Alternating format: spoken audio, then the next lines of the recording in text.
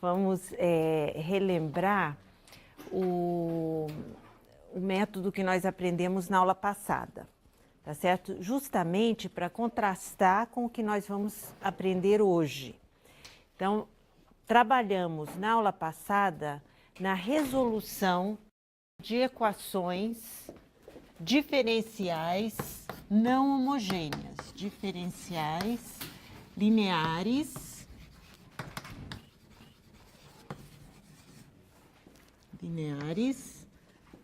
não homogêneas.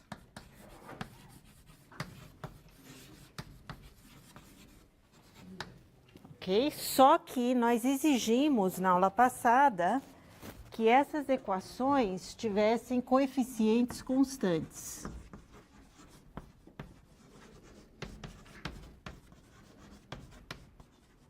Tá certo?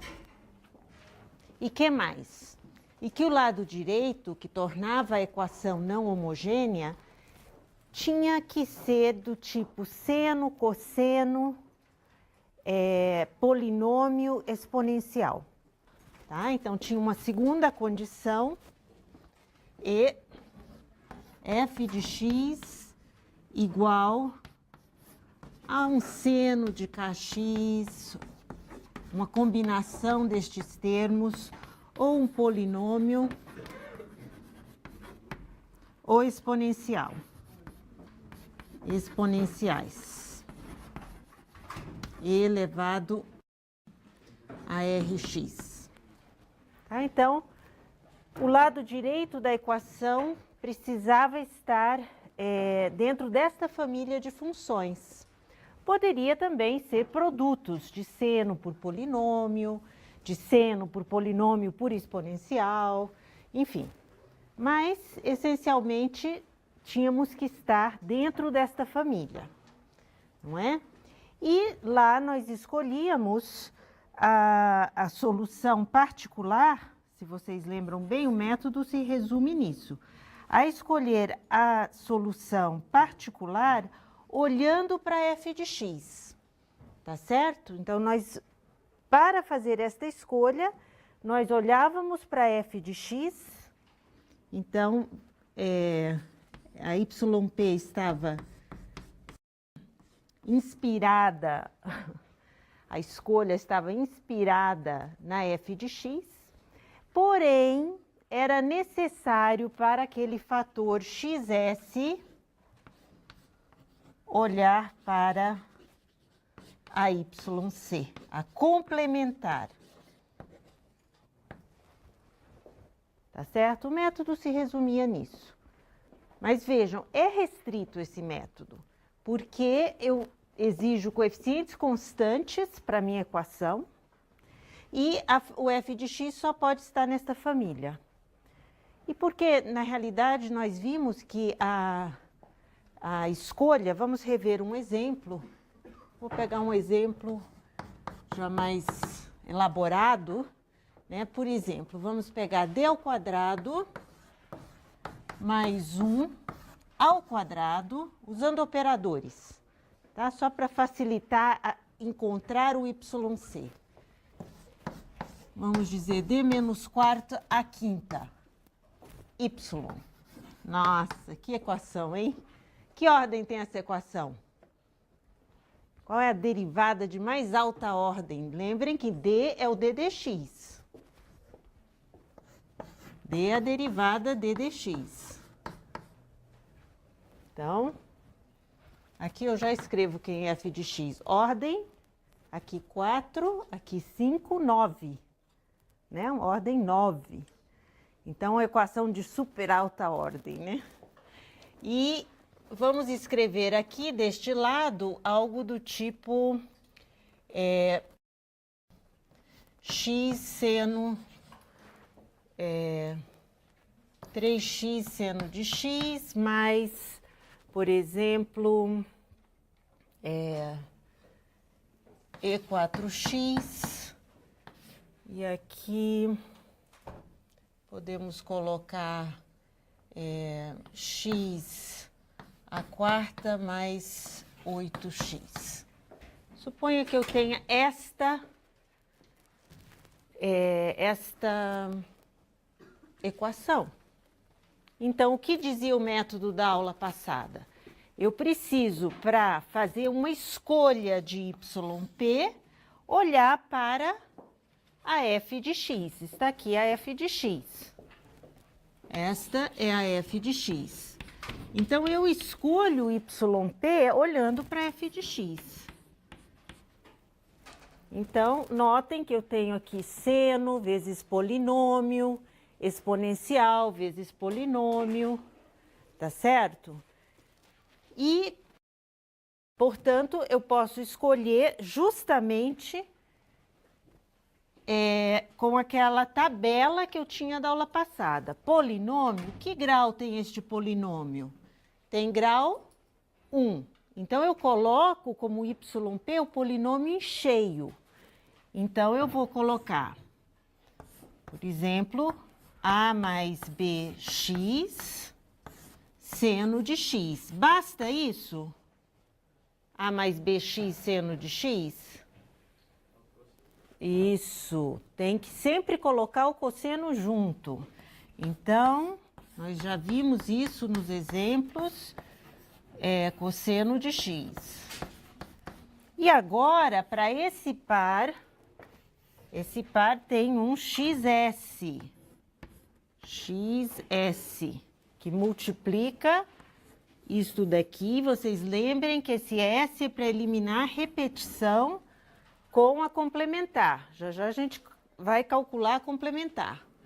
E aqui, bom, isso daqui é um polinômio de grau 4, tá certo?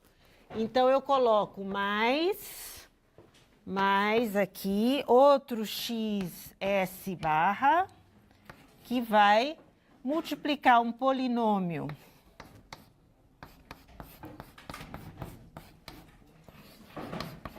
de grau 4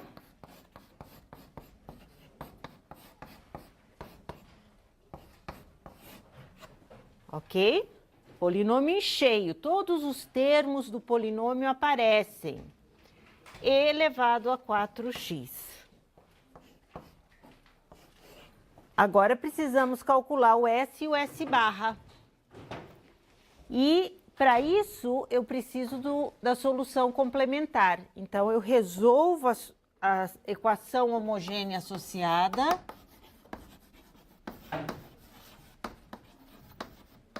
Aqui eu só vou indicar a forma da solução. Obviamente, eu não vou calcular todas, eu estou revendo a teoria, né? Eu não vou calcular todos esses coeficientes.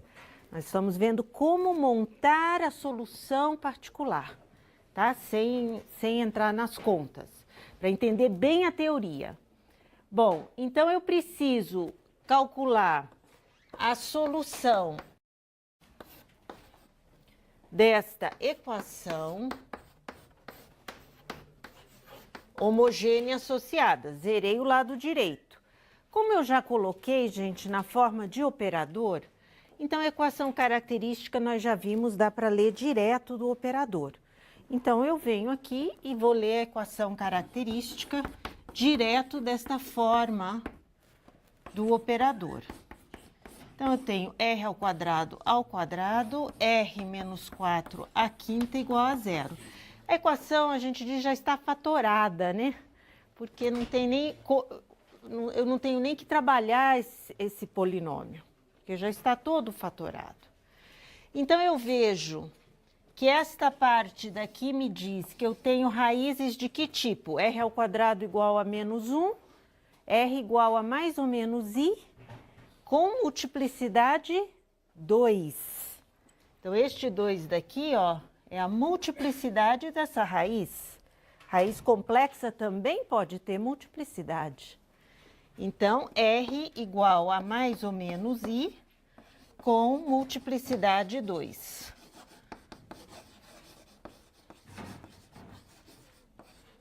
E o R igual a 4 com multiplicidade 5. Ok? E agora eu escrevo a solução complementar como sendo a raiz complexa, tá certo? eu sei que produzo R igual a I. Eu tenho cosseno C1 cosseno de x mais C2 seno de x. Não tenho a parte exponencial porque é complexo puro, né? Bom, acontece que tem multiplicidade. Qual que é a regrinha quando tem multiplicidade que nós deduzimos? Que toda vez que uma raiz tem multiplicidade, eu multiplico por um polinômio de grau 1 a menos que a multiplicidade. Se a multiplicidade é 2, eu multiplico cosseno e seno por polinômios de grau 1. Multiplicidade 2, grau 1. Então, aqui, ao invés de ter C1 cosseno x, eu posso escrever,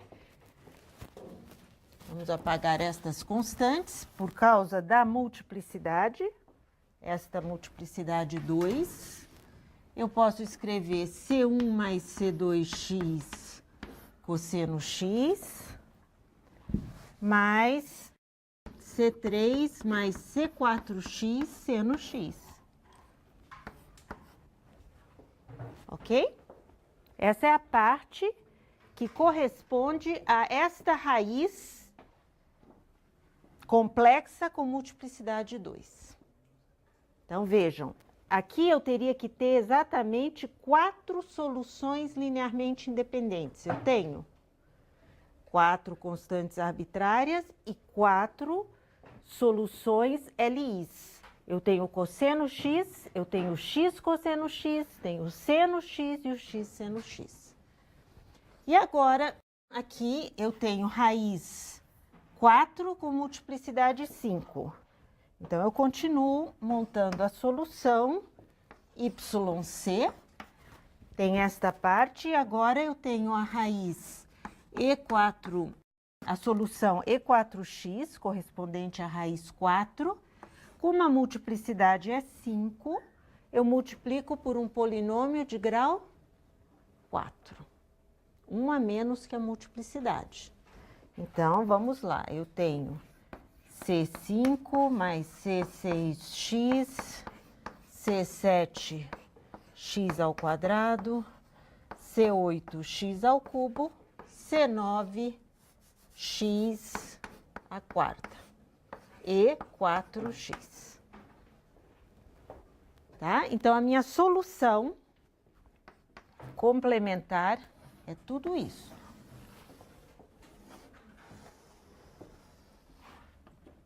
E agora, eu já tenho a candidata particular. Eu tenho a complementar. Agora, para escolher este S e este S barra, como é que eu faço? Eu olho para complementar e procuro eliminar repetições. Então, se S é igual a 0, x elevado a 0 é 1, a minha pergunta, tem termos daqui que aparecem na complementar? Aqui não tem xs. A seno x aparece, bx seno x aparece. Então, S não pode ser 0, porque tem repetição. S pode ser 1? Vamos ver. AX, agora S igual a 1 aqui. Então, x elevado a 1. X. AX seno x aparece lá? Aparece. Então, não posso escolher S igual a 1. Tá certo? Não importa que bx ao quadrado seno x não apareça. Tem repetição de termos com a complementar, eu tenho que aumentar essa potência. Então, eu vou escolher S igual a 2. AX ao quadrado seno x aparece lá? Não. Bx ao cubo seno x aparece lá? Não. Então, aí eu já vi. A mesma coisa vale para o cosseno. Não aparecem esses termos na solução complementar. Eliminei repetição. Tá certo? Então, escolhemos para o S, este S daqui, portanto, eu vou substituir por x ao quadrado. Ok?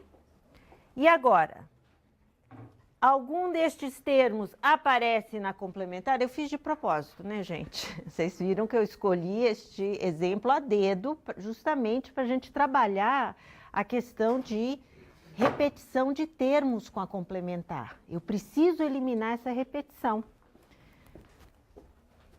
Bom, vejam que todos estes termos que aparecem aqui,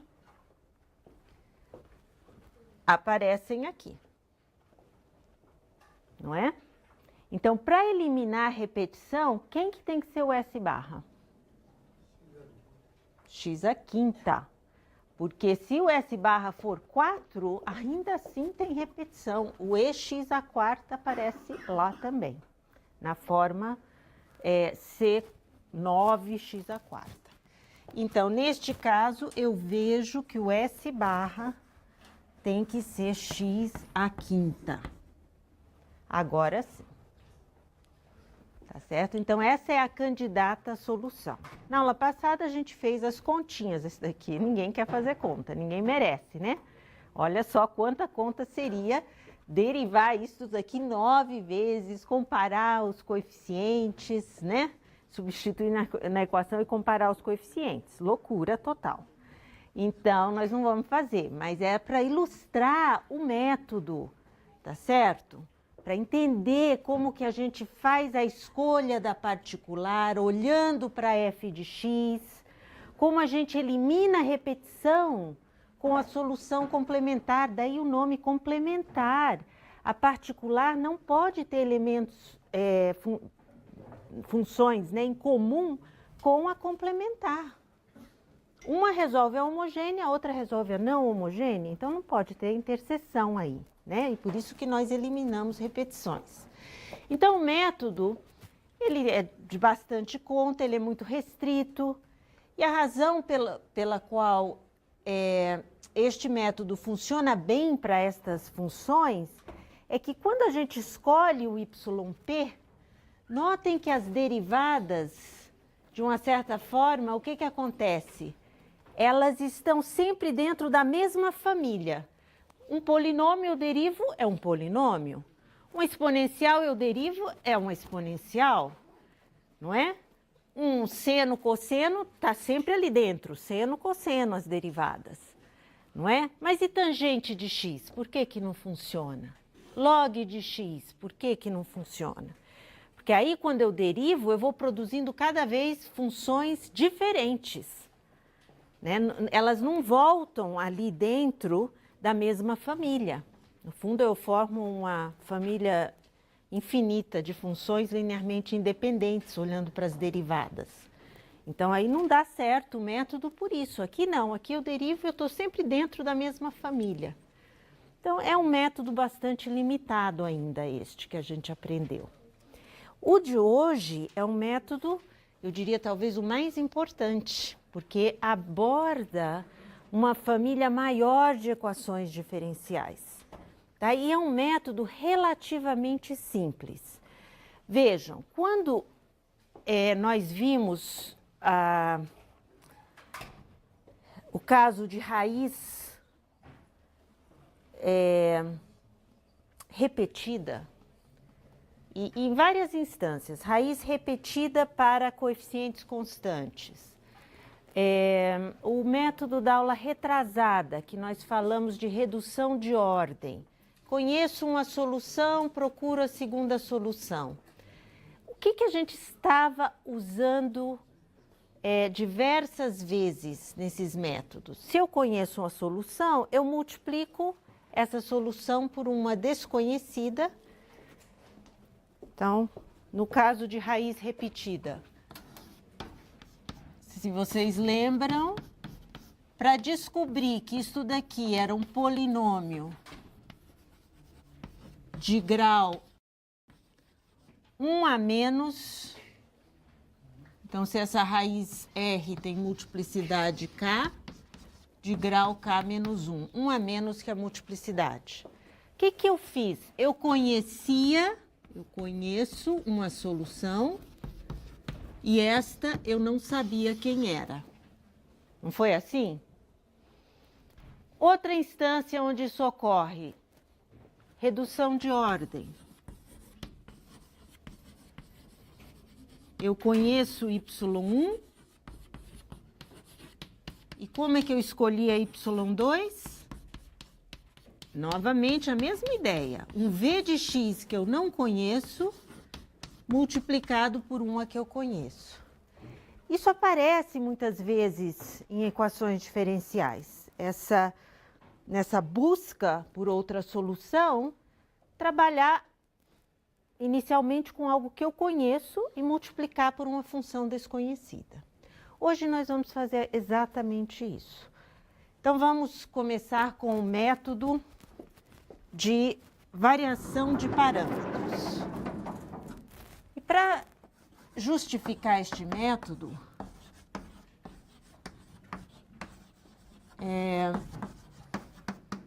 ou seja, de onde vêm as equações que vão propiciar o encontro da YP, eu vou começar com ordem 2. Sim.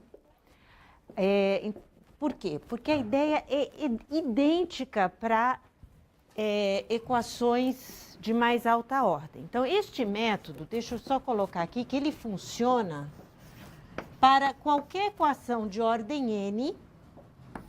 Agora, os coeficientes já não precisam ser constantes, podem ser variáveis.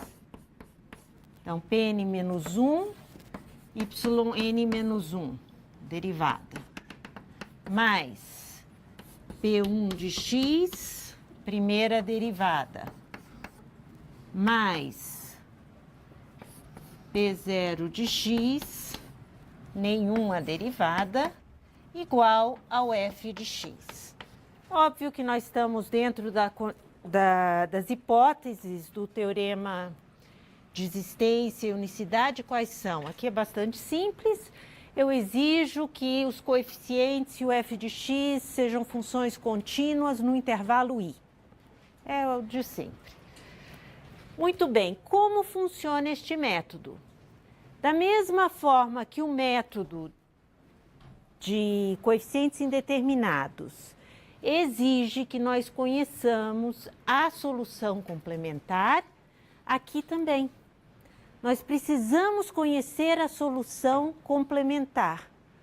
Ou seja, o primeiro passo é determinar a complementar, ou seja, olhar para a homogênea associada e encontrar a solução. Determinar a solução da equação homogênea associada.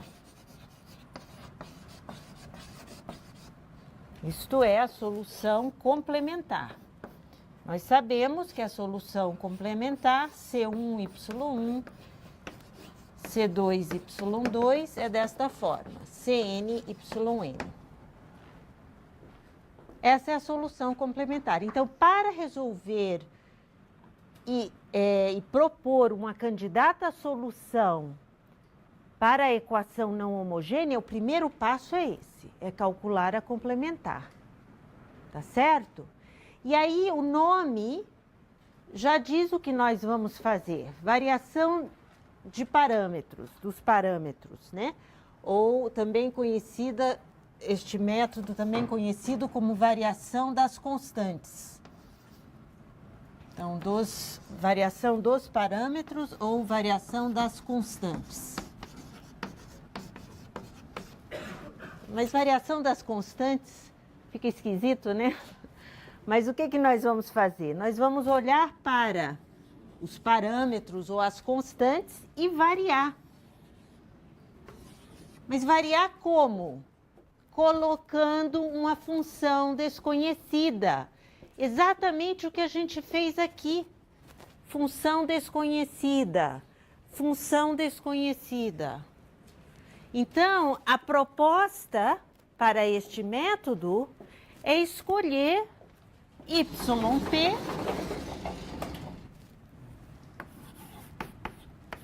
variando as constantes, colocando aqui o 1 de x, y1, mais o 2 de x, y2, e assim por diante, até chegar em o n de x, yn.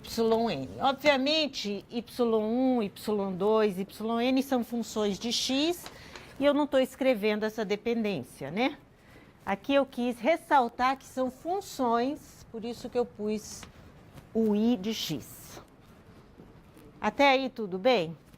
Então, só que aqui a coisa complicou um pouco. Ali era uma função desconhecida. Aqui eu tenho n funções desconhecidas, não é? Como determinar?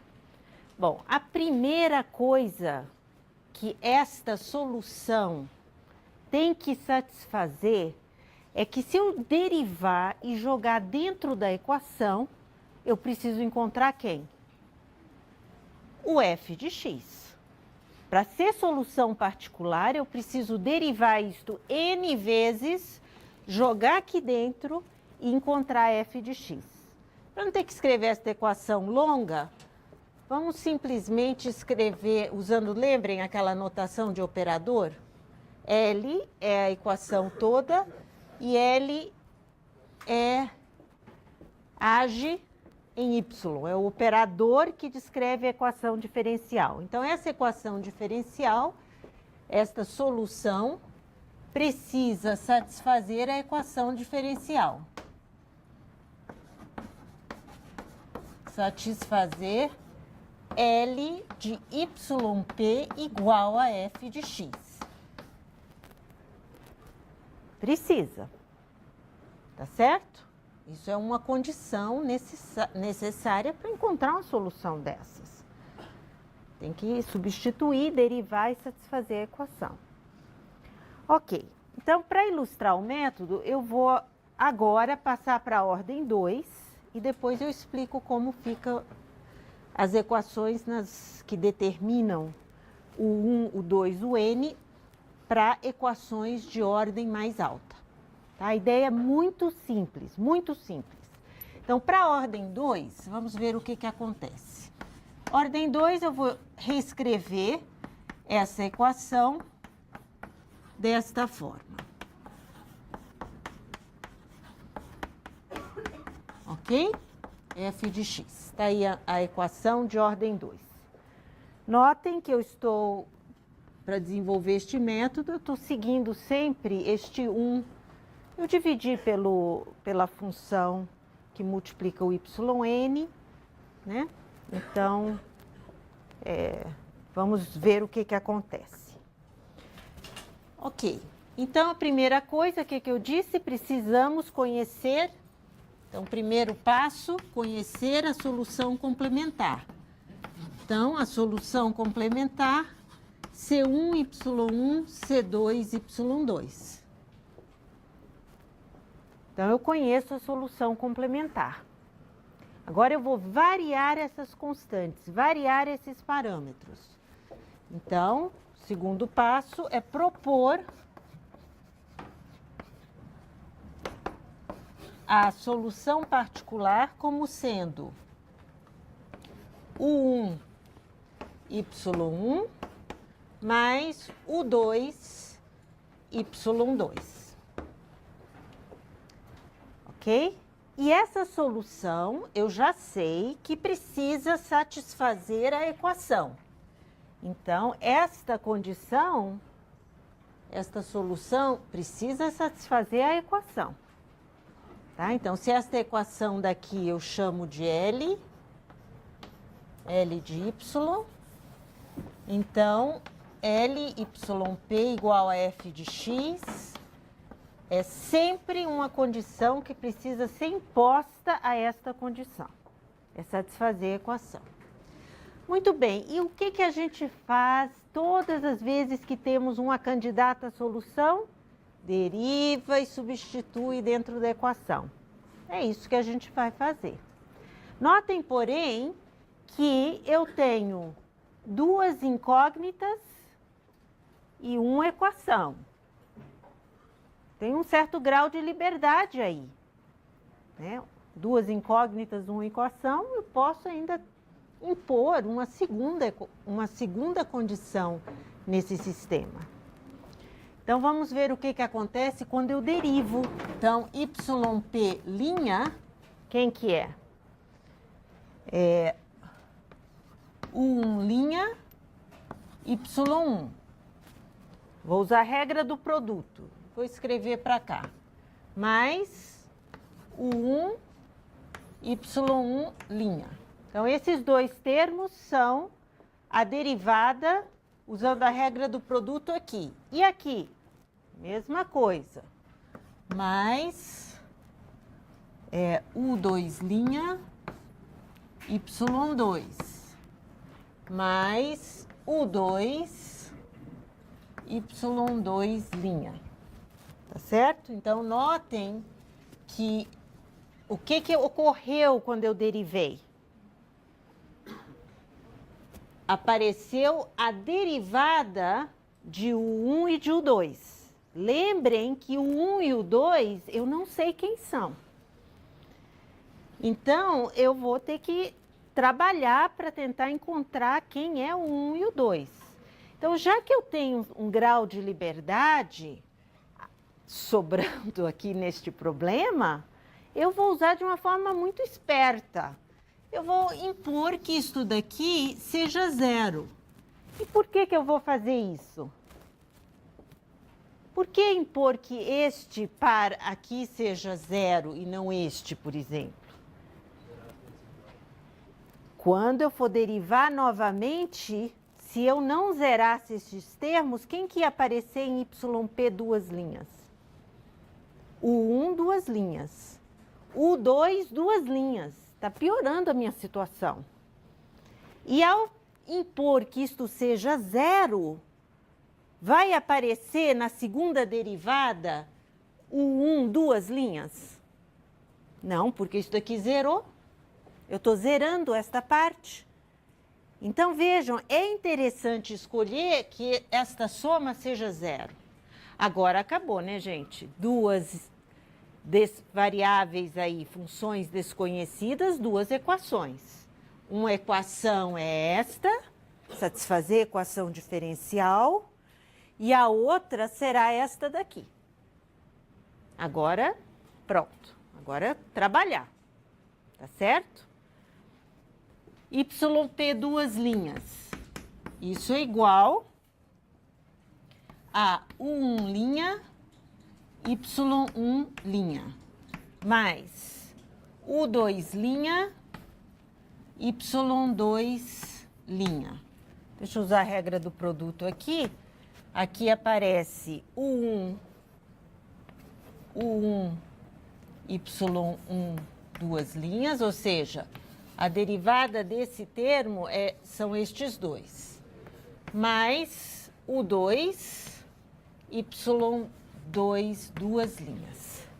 Eu não me importo que apareça segunda derivada do y2 e do y1, porque quem é y1 e y2? São as soluções que eu já encontrei da homogênea. O que eu sei a respeito de y1 e de y2? Eu encontro estas funções, eu conheço. Elas são determinadas. Então, eu conheço. E mais, eu sei que quando eu substituo na equação, o que acontece? Quanto que vale isto? É solução, não é? Então, vale zero. Opa. E quando eu substituo y2 na equação, como é solução da homogênea, vale zero. Não é isso? y1 e y2 resolvem a equação homogênea. Então, por isso que eu digo, o primeiro passo é encontrar y1 e y2. Eu tenho que conhecer. Para o segundo passo, eu usar essas funções que eu conheço para determinar o 1 e o 2. Muito bem, está aqui as derivadas. eu calculei via regra do produto e agora eu substituo dentro da equação. Então, vamos substituir dentro da equação. Eu tenho YP duas linhas. Então, eu tenho U1 linha, Y1 linha, mais U2 linha, Y2 linha, mais U1, Y1 duas linhas, mais U2, Y2 duas linhas. Tudo isso é o YP duas linhas. Agora, eu tenho que colocar mais P de X, que multiplica quem? YP', que é, lembrem que eu zerei isso daqui. Então, só sobrou aqui o 1 Y1' mais o 2 Y2', mais Q de X, que multiplica YP. YP é o 1 Y1, o 2 Y2. Tudo isso precisa ser igual a f de x. Ou seja, esta condição de substituir dentro da equação a solução YP é esta daqui. É a mesma coisa, só que eu destrinchei isso daqui. Substituir o YP e suas derivadas aqui dentro da equação. Agora, eu quero que vocês observem, porque o que ocorre aqui, ocorre quando vocês estão resolvendo cada problema destes. Vamos coletar os termos em U1. Então, eu tenho este termo, eu tenho este termo e eu tenho este termo. Todos esses três termos têm o 1 que eu posso fatorar.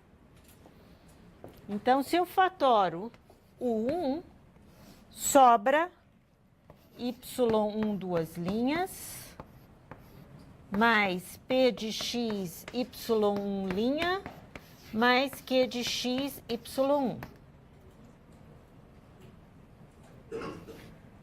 Agora eu vou fazer a mesma coisa com o U2. Os termos em U2. Este multiplicado, obviamente, por P de X, e o Q de X que multiplica esse. Então, quem que eu tenho? Mais U2 que multiplica Y2 duas linhas, mais P de X, Y2', mais Q de X, Y2. F de X, e aqui sobraram estes dois termos, que é U1', Y1',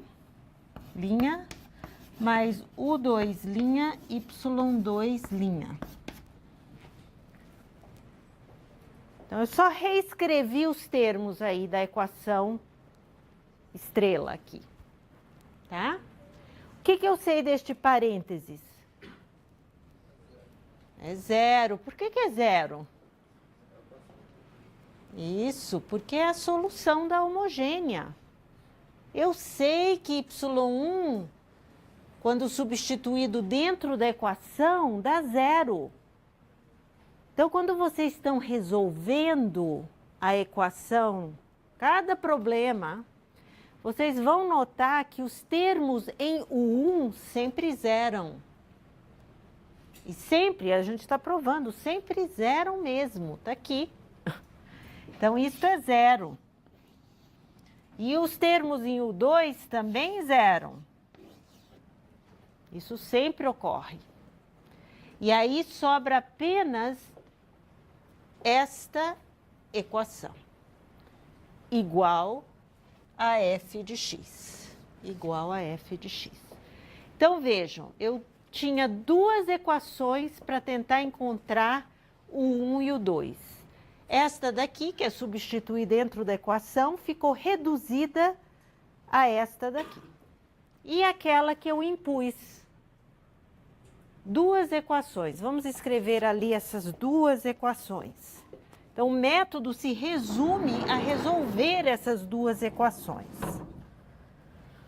Então, a primeira equação é essa U1' Y1 mais U2' Y2 igual a zero. E a outra que é a equação estrela aí, de substituir a equação, a solução dentro da equação, ficou resumida a isto daqui. Mais U2' Y2' igual a f de x. Vejam, duas equações e duas incógnitas, funções desconhecidas, U1' e U2'. Portanto, se eu resolvo, encontro quem é o U1' e o U2', basta integrar para encontrar o 1 e o 2 e acabou-se o problema. Não é? Então, eu preciso resolver esse sistema.